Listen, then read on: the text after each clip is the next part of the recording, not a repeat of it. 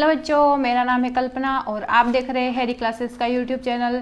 तो हमने पहले देखा था रासायनिक अभिक्रिया के बारे में, कितने प्रकार की होती है। 5 प्रकार की होती है, संयोजन, वियोजन, विस्थापन और द्विविस्थापन। और 5 नंबर पे हमारी अपचयन और उपचयन। अब हम ऊष्मीय रासायनिक अभिक्रिया के बारे में पढ़ेंगे।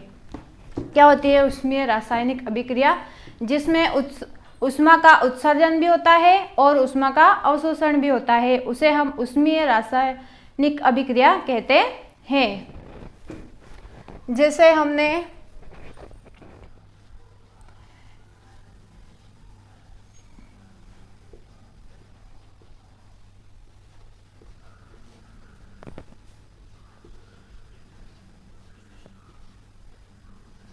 कैल्शियम कार्बोनेट लिया है, उसमें हमने ऊष्मा देने पर हमें calcium oxide plus carbon dioxide प्राप्त हुआ है। तो इस अभिक्रिया को हम ऐसे भी लिख सकते हैं,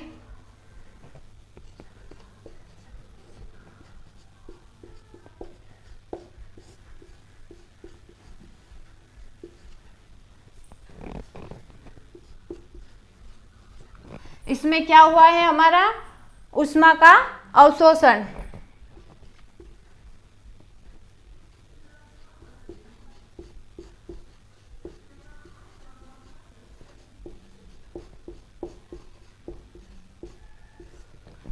तो इसमें क्या हो रहा है, कैल्शियम ऑक्साइड में हमने ऊष्मा देने पर हमें प्राप्त हुआ है calcium oxide plus carbon dioxide. जैसे हमने इसमें ऊष्मा दी है, ऊष्मा का अवशोषण हो रहा है। हमने ऊष्मा अवशोषण के बारे में पढ़ा था, अब हम ऊष्मा उत्सर्जन के बारे में पढ़ा। हमने एक उदाहरण और ले लिया है, कैल्शियम ऑक्साइड प्लस हाइड्रोजन की अभिक्रिया करने पर हमें कैल्शियम हाइड्रोक्साइड प्लस ऊष्मा।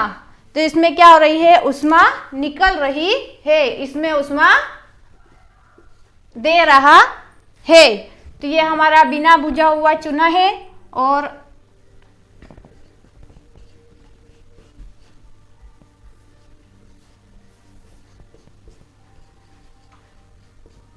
यहां पर हमारा चूना बुझा है। तो यह ऊष्मीय रासायनिक अभिक्रिया के लिए जिसमें ऊष्मा का अवशोषण भी होता है और ऊष्मा का उत्सर्जन भी होता है, यानी कि ऊष्मा निकल भी रही है और ऊष्मा आ भी रही है। इसे हम रासायनिक ऊष्मीय रासायनिक अभिक्रिया कहते हैं। तो हमारी ऊष्मीय रासायनिक अभिक्रिया 2 प्रकार की होती है, ऊष्माक्षेपी रासायनिक अभिक्रिया और ऊष्माशोषी रासायनिक अभिक्रिया है। तो अब हम ऊष्माक्षेपी अभिक्रिया के बारे में पढ़ेंगे।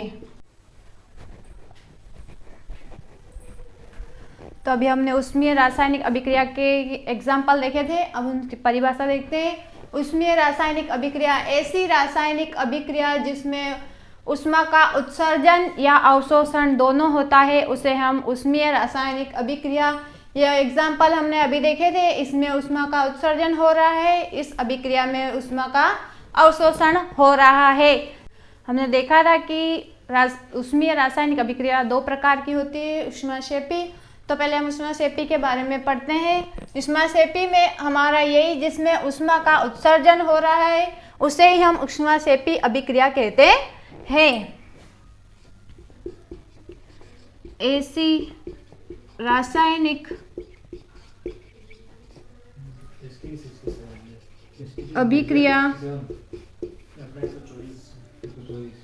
जिसमें ऊष्मा का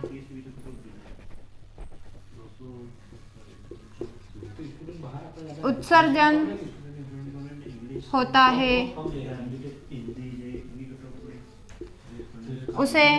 हम ऊष्माक्षेपी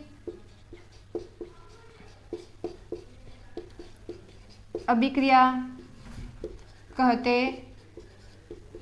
हैं। यानी कि जिसमें ऊष्मा का उत्सर्जन हो रहा है, उसे हम ऊष्माक्षेपी अभिक्रिया कहते हैं। ये एग्जाम्पल देखते हैं हम। H2O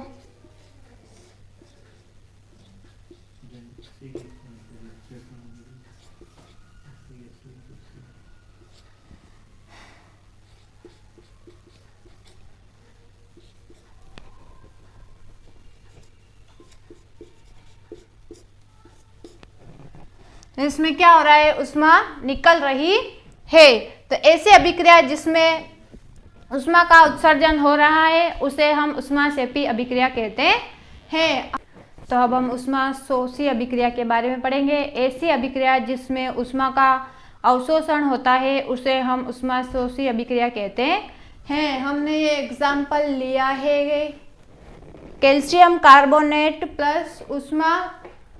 ये अभिक्रिया करने पर हमें calcium oxide plus carbon dioxide प्राप्त हुआ है। इसमें ऊष्मा का अवशोषण हो रहा है, उसे ही हम ऊष्माशोषी अभिक्रिया कहते हैं। एग्जाम्पल देखते हैं। हमने कैल्शियम कार्बोनेट प्लस ऊष्मा दे रहा है, उसे हमें प्राप्त हुआ है calcium oxide plus carbon dioxide जिसमें ऊष्मा का अवशोषण हो रहा है, उसे हम ऊष्माशोषी अभिक्रिया कहते हैं। तो चलिए हमारे पाठ में एक अवक्षेपण अभिक्रिया भी है, उसके बारे में भी हम पढ़ते हैं। अवक्षेपण अभिक्रिया किसे कहते हैं? जिस अभिक्रिया में अवक्षेप का निर्माण होता है उसे हम अवक्षेपण अभिक्रिया कहते हैं। जैसे कि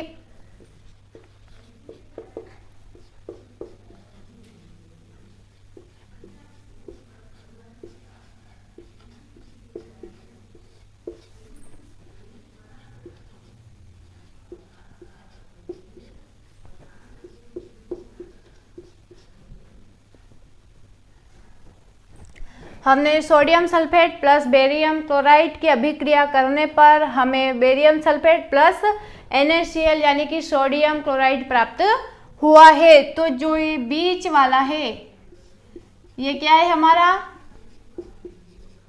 अवक्षेप है।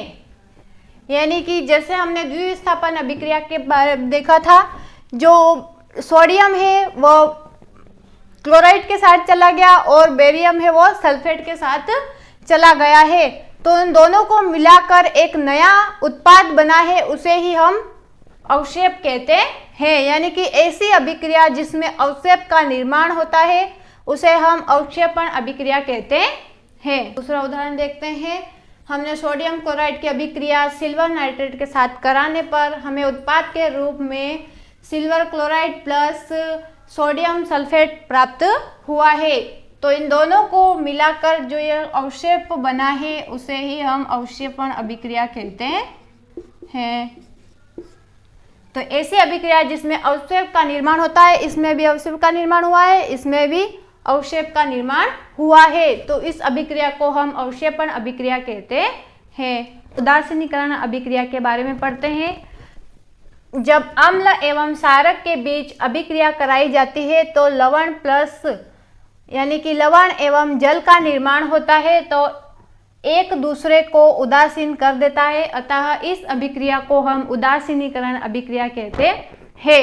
हमें एक एग्जाम्पल के बारे में देखते हैं। Hydrogen chloride plus sodium hydroxide की अभिक्रिया कराने पर हमें सोडियम क्लोराइड प्लस जल प्राप्त होता है। और जैसे कि हम देखते हैं अम्ल प्लस क्षारक यानी कि अम्ल व क्षारक के बीच अभिक्रिया कराने पर हमें लवण प्लस जल का निर्माण होता है, उसे ही हम उदासीनीकरण अभिक्रिया कहते हैं।